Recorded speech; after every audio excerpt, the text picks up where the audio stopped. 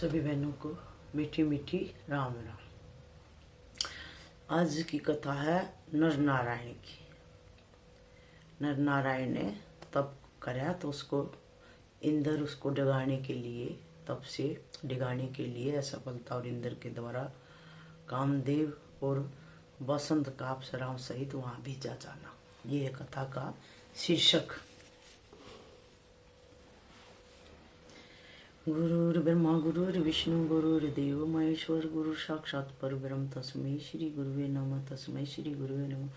प्रथम गुरु वंदना करूं फिर मनाऊं गणेश। सिमरो माता शारदा मेरे कंठ करो प्रवेश। श्री राम जय जय राम। श्री राम जय जय राम। व्यास जी कहते हैं, राजेंद्र अब बहुत कहने से क्या मतलब, बस इस संसार में कहीं विरला ही ऐसा सच्चा धर्मात्मा पुरुष मिल सकता है जिसकी बुद्धि द्रोह से वंचित हो, क्योंकि यह चराचर सारा जगत राग और द्वेष से ओतप्रोत है। जो बैर करता हो उसके प्रति बैर करना तथा समान कोटि में माना जा सकता है, किंतु जो अद्वेषी और शांत स्वभाव का पुरुष है उसके साथ द्वेष करने को नीचता कहते हैं।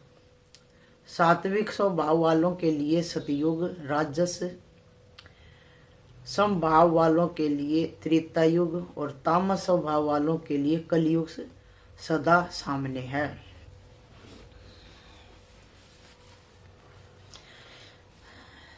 ये बता रहे हैं, व्यास जी बता रहे हैं, सात्विक स्वभाव जिसका है वो तो सतयुग में जी रहा है, और जिसका राज्य स्वभाव है वो त्रेता युग में जी रहा है, और जिनका तामस स्वभाव है वो कलयुग में जी रहा है।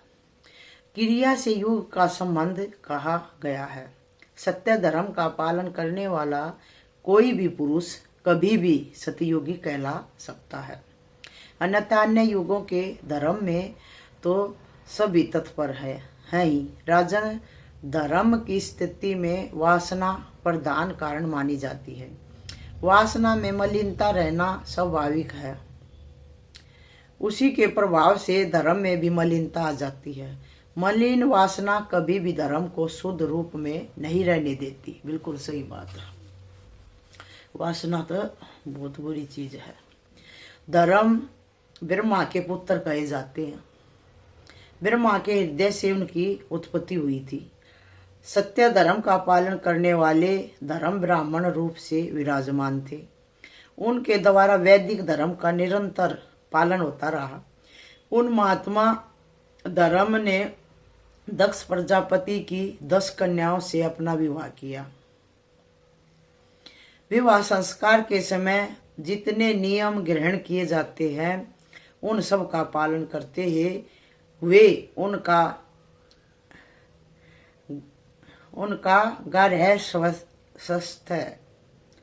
ग्राह्य सत्य जीवन व्यतीत होने लगा।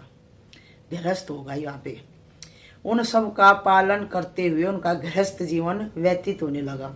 फिर सत्यवर्तियों में श्रेष्ठ धर्म ने उन कन्याओं से बहुत से पुत्र उत्पन्न किए। राजन, उन पुत्रों के नाम हरि, कृष्ण, नर और नारायण रखे गए। हरि और कृष्ण के द्वारा निरंतर योग अभ्यास चालू रहा। नर और नारायण हिमालय पर्वत पर गई और बद्री का आश्रम नामक पवित्र स्थान में उन्होंने उत्तम तपस्या आरंभ कर दी।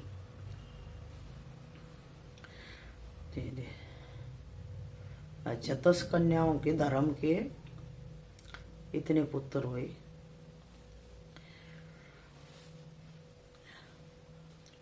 तपस्या आरंभ कर दी। वे प्राचीन मुनिवर नर नारायण तपस्वियों में सबसे प्रधान गिने जाने लगे। गंगा के विस्तृत तट पर रहकर ब्रह्मा का चिंतन करना उनका स्वभाव ही बन गया था। भगवान श्री हरि के अंश अवतार उन नर नारायण नामक दोनों ऋषियों ने वहां रहकर पूरे 1000 वर्ष तक उत्तम तप किया। उनके तप जनित तेज से चराचर सहित संपूर्ण संसार संतप्त हो उठा। फिर तो इंद्र के मन में नर नारायण के प्रति डाह उत्पन्न हो गया। वे चिंता से गिर गए। उन्होंने विचार किया, अब मुझे क्या करना चाहिए। ये धर्मनंदन नर नारायण बड़े तपस्वी और ध्यान परायण हैं।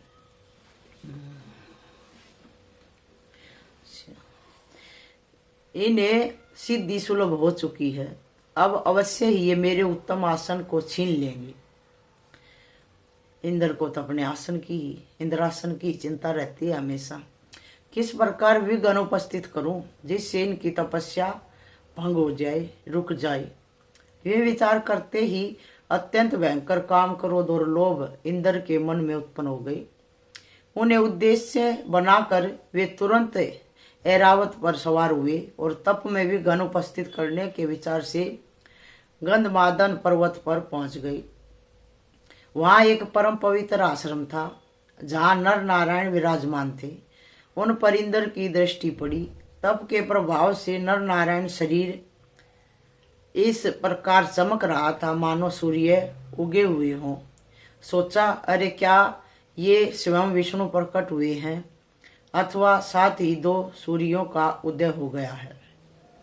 सूर्य की तरह चमक रहे थे नर और नारायण दोनों। पता नहीं धर्म के ये दोनों श्रेष्ठ कुमार तपस्या के प्रभाव से क्या कर डालेंगे। यूं मन में विचार करने के पश्चात सचिपति इंद्र ने नर नारायण की ओर दृष्टि डाली और कहा, धर्मनंदन, तुम अवश्य ही महान भाग्यशाली हो। बताओ, तुम्हें कौन सा कार्य अभिष्ट है। ऋषियों, मैं उत्तम एवं श्रेष्ठ वर देने को तैयार हूँ और इसलिए यहाँ आया हूँ। तुम्हारी तपस्या के प्रभाव से संतुष्ट होकर जो नहीं देने योग्य है वह भी वर मैं तुम्हें दे दूंगा।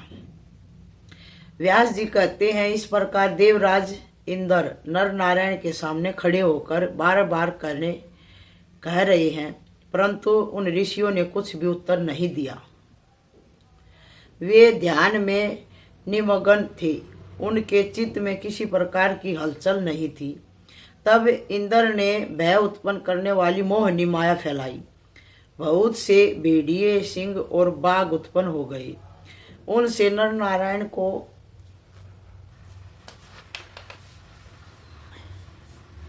भयभीत करने की चेष्टा की।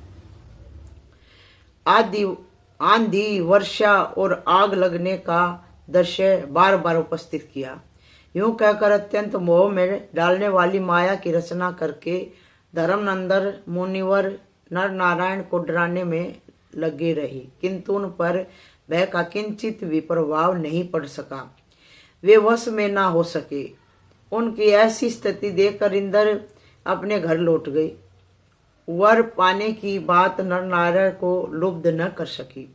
आंधी आदि से वे नहीं डरे। सिंह और बाघ बार बार आते रहे, किंतु मुनि का एक डंग भी अपने आश्रम से इधर उधर न हुआ।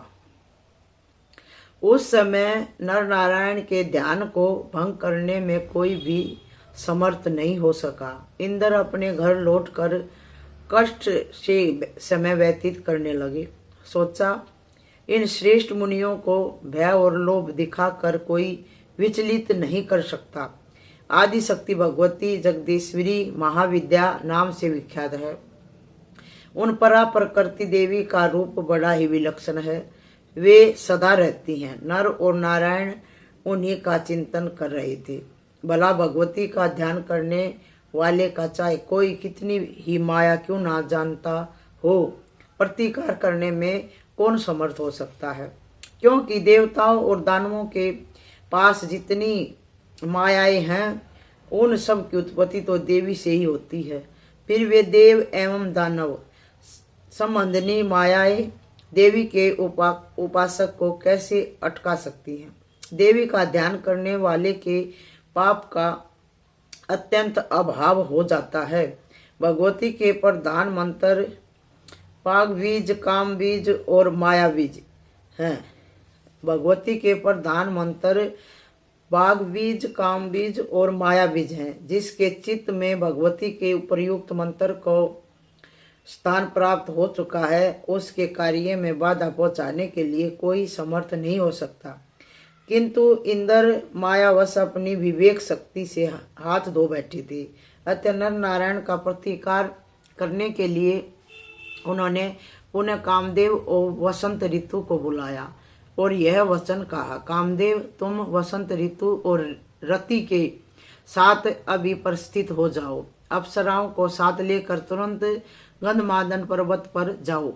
वहीं बद्रिका आश्रम नामक निर्जन स्थान में पुराण पुरुष नर नारायण जिनकी ऋषियों में प्रधानता है, बैठकर तपस्या करते हैं। मनमत उनके पास पहुंचकर उनके चित्त को कामातुर कर देना परम आवश्यक है। इस समय मेरे कार्य साधक तुम ही हो। उन्हें मोहित और उच्चाटित करके शीघ्र अपने बाणों से व्यतीत कर दो। महाभाग तुम धर्म के पुत्र उन दोनों मुनियों को निश्चय ही वश में कर लो।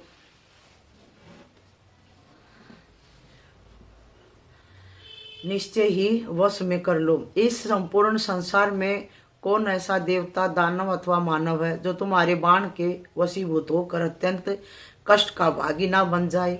कामदेव जब ब्रह्मा में शंकर, चंद्रमा और अग्निदेव तक तुम्हारे बाणों के प्रभाव से विवेक शक्ति खो चुके हैं, तब इन मुनियों की क्या गणना है। अप्सराओं का यह झुंड तुम्हारी सहायता करने के लिए प्रस्तुत है। मन को मुग्ध करने वाली यह मंडली वहां अवश्य आ जाएगी। केवल तिलोत्तमा अथवा रंभा ही इस कार्य को संपन्न करने में कुशल हैं, अथवा तुम ही अकेले इस कार्य को कर सकते हो। फिर सभी मिलकर कर लेंगे। इसमें क्या संशय है महाभाग तुम मेरा कार्य सिद्ध करने में संलग्न हो जाओ। मैं तुम्हें अभिलाषित वस्तु देने को तैयार हूँ। मैंने उन तपस्वियों को वर देने की बात कहकर लुभाने की बहुत चेष्टा की, परंतु वे शांत बैठे रहे, अपने स्थान से हिले डुले तक नहीं। मेरा यहाँ परिश्रम विफल चला गया। फिर मैंने माया फैलाकर उन्हें डराने का यत्न किया, तब भी वे अपने स्थान से नहीं हटे। देह की रक्षा आवश्यक है, इसे वे जानते ही नहीं। व्यास जी कहते हैं, इंद्र का उपयुक्त वचन सुनकर उनसे कामदेव ने कहा, वासव इस अवसर पर मैं आपका अभीष्ट कार्य अवश्य करूंगा। यदि वे मुनि किसी भी देवता के उपासक होंगे तब तो वे मेरे वश में हो जाएंगे, पर देवी की आराधना करने वालों को मैं किसी प्रकार भी वशीभूत करने में असमर्थ हूँ। क्लींग देवी का काम बीज महान मंत्र है। अपने मन में इस मंत्र का चिंतन करने वाला मेरी शक्ति से बाहर है। अतः यदि वे तपस्वी उन महाशक्ति की भक्ति पूर्वक उपासना करने वाले होंगे तब तो उन पर मेरे बाणों का प्रभाव पड़ना सर्वथा असंभव है। इंद्र ने कहा, महाभाग तुम उपयुक्त जितनी सामग्रियां हैं उनके साथ वहां जाओ। तुम मेरे अनन्य हितैषी हो, अतः इस अत्यंत दुर्लभ कार्य को सिद्ध कर देना तुम्हारा परम कर्तव्य है। व्यास जी कहते हैं, इंद्र के यूं आज्ञा देने पर कामदेव प्रभृति सभी पूरी तैयारी के साथ वहां के लिए प्रस्थित हो गए, जहां धर्म के वे दोनों पुत्र नर नारायण कठिन तपस्या कर रहे थे। व्यास जी कहते, राजन सर्वप्रथम उस श्रेष्ठ पर्वत पर बसंत ऋतु पहुंचा। सभी वृक्ष पुष्पों से लद गए। उन पर भौरों की कतारें मंडराने लगी। आम, बकुल, तिलक, पलाश, साखू, ताड़, तमाल और महुआ ये सब के सब फूलों से सुशोभित हो गए। पेड़ों की डालियों पर कोयलों के मनोहर काकिली आरंभ हो गई। फूलों से लदी हुई श्रेष्ठ लताएं ऊंचे पर्वतों पर चढ़ने लगी। प्राणियों में काम वेग सीमाओं को पार कर गया। वे प्रेमासक्त होकर परस्पर हास विलास करने लगे। उनमें पर्याप्त उन्मत्ता छा गई। पुष्पों की उत्तम गंध लेकर दक्षिणी पवन मंद गति से चलने लगी,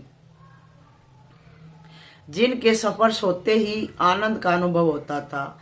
उस समय मुनियों की भी इंद्रियां काबू से बाहर होने लगी। तत्पश्चात रति के सहित कामदेव ने अपने 5 बाणों को लेकर बहुत शीघ्र बद्रिकाश्रम में डेरा डाल दिया। रंभा और तिलोत्तमा आदि अप्सराएं भी उस पावन आश्रम पर पहुंच गई। संगीत की कला में वे बड़ी प्रवीण थी, अतः स्वर और ताल के साथ गान आरंभ हो गया। उस मधुर गीत कोयलों के कलरव और भंवरों के गुंजारण को सुनकर मुनिवर नर और नारायण की समाधि टूट गई। सोचा, इस असमय में ही वसंत का आगमन कैसे हो गया। वन पुष्प राशि से सुशोभित हो रहा है। अतः वे मन में सोचने लगे, क्या आज अवधि पूरी हुए बिना ही शीतल ऋतु समाप्त हो गई। काल की गति में नियम का उल्लंघन हो जाए, यह महान कठिन कार्य आज कैसे संभव हो गया। फिर नारायण नर से कहने लगे। उस समय नारायण की आंखें विस्मयवश पलक गिराना तक भूल गई थी। नारायण ने कहा, भाई देखो, ये वृक्ष पुष्पों से लदे अत्यंत शोभा पा रहे हैं। सर्वत्र कोयलों की मीठी बोली सुनाई पड़ रही है। झुंड के झुंड भंवरे इन वृक्षों की शोभा बढ़ा रहे हैं। मुने शीतल ऋतु भयंकर आतंक फैलाए हुए था। इतने में सिंह रूपी बसंत ऋतु अपने तीखे नखों से उसे फाड़ते हुए पलाश आदि फूलों को लिए दिए आदम का। ब्रह्मन, इस समय यह बद्रिका आश्रम साक्षात वसंतमयी लक्ष्मी का निवास स्थान बन गया है। मुझे आश्चर्य तो यह है कि समय प्राप्त हुए बिना ही कैसे इसका आगमन हो गया। देवर्षे, यह निश्चय ही तप में भी गण उपस्थित करने वाली माया है। आप इस विषय में विचार कर ले। दिव्य अप्सराओं का संगीत जिसे सुनते ही ध्यान टूट जाए सुनाई पड़ रहा है। कहीं हम लोगों की तपस्या भंग करने के लिए इंद्र की तो यह करतूत नहीं है, समझ गए। अन्यथा ऋतुराज वसंत अकाल में कैसी प्रीति प्रकट कर सकता था। जान पड़ता है डरे हुए इंद्र ने यह भी गण उपस्थित किया है। सुगंध शीतल एवं मन को मुग्ध करने वाला पवन शरीर का स्पर्श कर रहा है। इंद्र के षड्यंत्र के अतिरिक्त दूसरा कोई कारण इसमें नहीं है। भगवान नारायण व्यापक पुरुष हैं। वे यूं कह ही रहे थे, इतने में ही सारी मंडली सामने दिखाई दी। उस समय सब में प्रमुख कामदेव था। नर और नारायण दोनों ने आश्चर्य से सबको देखा।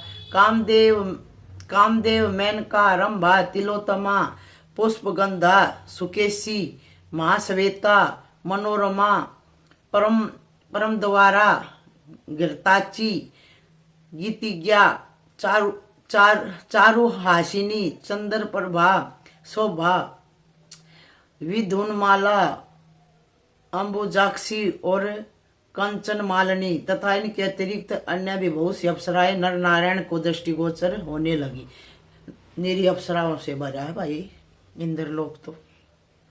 उन सब की संख्या 16,050 थी। वो तो 16,050 थी। कामदेव की यह विशाल सेना देख कर नर और नारायण बड़े आश्चर्य में पड़ गए। तदंतर वे सभी अप्सराएं उन्हें प्रणाम करके सामने खड़ी हो गई। वे अप्सराएं दिव्य आभूषणों से अलंकृत थी। दिव्य हार उनके गले की शोभा बढ़ा रहे थे। उन सभी के मुख से कपट पूर्ण ऐसे गीत निकल रहे थे जिनका सुलभ होना धरातल पर असंभव था। मुनिवर नारायण ने प्रसन्नतापूर्वक उन अप्सराओं से कहा, सुमध्यामा, तुम लोग बड़े आनंद से यहाँ ठहरो। सुमध्या, तुम लोग बड़े आनंद से यहाँ ठहरो। मैं तुम्हारा अद्भुत प्रकार से अतिथि सत्कार करने के लिए तैयार हूँ। तुम सभी अतिथि के रूप में स्वर्ग से यहाँ आई हो। नारायण ने कहा। व्यास जी कहते हैं, उस समय मुनिवर नारायण ने मन में अभिमान पूर्वक सोचा, इंद्र ने हमारे तप में विघ्न उपस्थित किया है, करने के विचार से ही इन्हें यहाँ भेजा है, किंतु इन बेचारी न गण्य अप्सराओं से हमारा क्या क्या बनना बिगड़ना है। मैं अभी इन सब को आश्चर्य में डालने वाली नई अप्सराओं की सृष्टि किए देता हूँ। नारायण करे, इन अप्सराओं की अपेक्षा उन सब के रूप बड़े ही विलक्षण होंगे। अच्छा, नारायण और अप्सराओं की सृष्टि कर रही है। इस समय तपस्या का बल दिखाना परम आवश्यक है। इस प्रकार मन में सोचकर नारायण ने अपना हाथ जंघा पर फटका और तुरंत एक सर्वांग सुंदरी स्त्री को उत्पन्न कर दिया। नारायण के उर्भाग से निकली हुई वह नारी उर्वशी बड़ी सुंदर थी। अच्छा, उर्वशी नारायण भगवान की जांघ से उत्पन्न हुई है। वहां उपस्थित अप्सराओं ने उसे देखा तो उनके आश्चर्य की सीमा ना रही। उस समय मुनिवर नारायण का मन बिल्कुल निश्चित था। जितनी अप्सराएं वहां थी उतनी ही अन्य अप्सराएं सेवा करने के लिए उन्होंने तुरंत उत्पन्न कर दी। वे सभी अप्सराएं हाथों में तरह तरह के भेंट सामग्री लिए हंसती और गाती हुई आई। उन्होंने मुनिवर नर और नारायण के चरणों में मस्तक झुकाया और हाथ जोड़कर आगे खड़ी हो गई। तब स्वर्ग से आई हुई अप्सराओं ने नर और नारायण से कहा, अहो, हम मूर्ख स्त्रियां आपके तप की महिमा और धीरता देखकर ही आश्चर्य में डूब गई हैं। महाभाग मुनियों, हमें आपके स्वरूप के विषय में विदित हो गया है। आप परम पुरुष भगवान श्री हरि के अंश अवतार हैं। आप सम दम और सद्गुणों से सदा परिपूर्ण रहते हैं। आपकी सेवा के लिए नहीं परंतु सत्यकृतु इंद्र का कुछ कार्य था, उसे सिद्ध करने के विचार से ही हमारा यहाँ आना हुआ था। किस भाग्य से हमें आपके दर्शन सुलभ हो गए, इसी भाग्य से हमें आपके दर्शन सुलभ हो गए। हमने कौन सा पुण्य कार्य कर रखा था उसे जानने में हम असमर्थ हैं। हाँ, सारी अप्सरा स्वर्ग की कहने लगी, हमारा तो बहुत ही बड़ा पुण्य बढ़ गया जो आपके दर्शन हो गए, किंतु यह मानना तो अनिवार्य है कि कोई संचित प्रारब्ध अवश्य था। हमारा ही कोई बहुत बड़ा संचित प्रारब्ध था जो आपके दर्शन हुए। हम निश्चय ही अपराधनी हैं, फिर भी हमें अपना जन समझ कर आपने मन में शांति रखी और हमें ताप मुक्त रखा।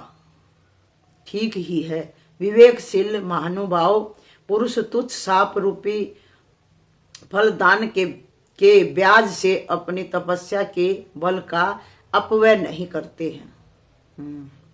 विवेकशील महानुभाव पुरुष तुच्छ साप रूपी फलदान के ब्याज से अपनी तपस्या के बल का अपव्यय नहीं करते, बेकार नहीं करते वो अपने तप बल को। व्यास जी कहते हैं, इस प्रकार अप्सरा नम्रता पूर्वक प्रणाम करते हुए अपनी बात कह रही थी। उनके वचन सुनकर मुनिवर नर और नारायण उत्तर देने में उद्यत हो गए। उस समय उन मुनि श्रेष्ठ के मुख पर प्रसन्नता छाई हुई थी। काम और लोभ पर वे विजय प्राप्त कर चुके थे। अपनी तपस्या के प्रभाव से उनके सर्वांग की अनुपम शोभा हो रही थी। भगवान नारायण ने कहा, कहो, हम प्रसन्नता पूर्वक तुम्हें अभीष्ट वर देने को तैयार हूं। तुम सब लोग सुंदर नेत्र वाली इस उर्वशी को साथ लेकर स्वर्ग सिधारो। यह बाला तुम्हें भेंट स्वरूप समर्पित है। अतः मन को मुग्ध करने वाली यह अप्सरा अब जाने को तैयार हो जाए। जांग से उत्पन्न हुई उस उर्वशी को इंद्र की प्रसन्नतार्थ हमने उनको दे दिया है। कह रहे हैं नारायण भगवान, नर और नारायण कह रहे हैं कि इस उर्वशी को हमने इंद्र के लिए ही दे दिया है। सभी देवताओं का कल्याण हो। अब सब लोग इच्छा अनुसार यहाँ से पधारने की कृपा करें। आप जाओ। अप्सराएं बोली, महाभाग, आप देवाधिदेव भगवान नारायण हैं। परम भक्ति के साथ प्रसन्नता पूर्वक हम आपके चरण कमलों पर नेछावर हो चुकी हैं। अब हम कहाँ जाएं? मधुसूदन, आपकी आंखें कमल पत्थर के समान विशाल हैं। प्रभु, यदि आप प्रसन्न हैं और अभिलाषित वर देना चाहते हो तो हम अपना मनोरथ आपके सामने रखती हैं। उत्तम तप करने वाले देवेश, आप हमारे पति बनने की कृपा करें। बस हमारा यही वर है, जिससे देवेश्वर हम प्रसन्नता पूर्वक आपकी सेवा करने में संलग्न हो जाएं। और आपने सुंदर नेत्र वाली उर्वशी आदि जिन अन्य स्त्रियों को उत्पन्न किया है, वे आपकी आज्ञा मानकर स्वर्ग सिधारे।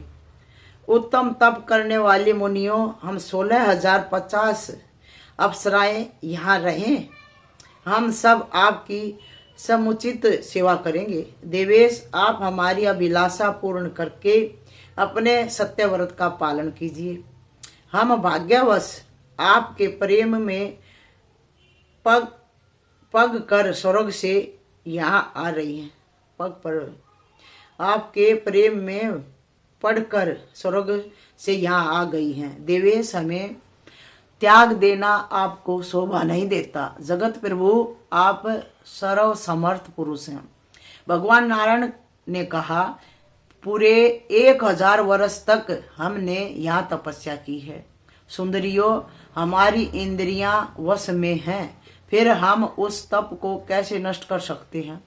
काम संबंधी सुख के लिए तो हमारी किंचित मात्र भी इच्छा नहीं है, क्योंकि उससे सात्विक सुख का सत्यानाश हो जाता है। पाशविक धर्म की तुलना करने वाले मिथुन धर्म में बुद्धिमान पुरुष कैसे अपने मन को रमा सकते हैं? अप्सराएं बोली, शब्द आदि 5 गुणों के बीच में स्पर्श आता है। इसी से स्पर्श जनित सुख को सर्वोत्तम माना गया है। अतएव महाराज, हमें सब तरह से स्पर्श सुख देने के लिए आप वचनबद्ध होने की कृपा करें। फिर निर्भरता पूर्वक सुख भोग कर गंध मादन पर विचरे। जय हो भगवान, आपके श्री चरणों में हमारा कोटि कोटि नमन है।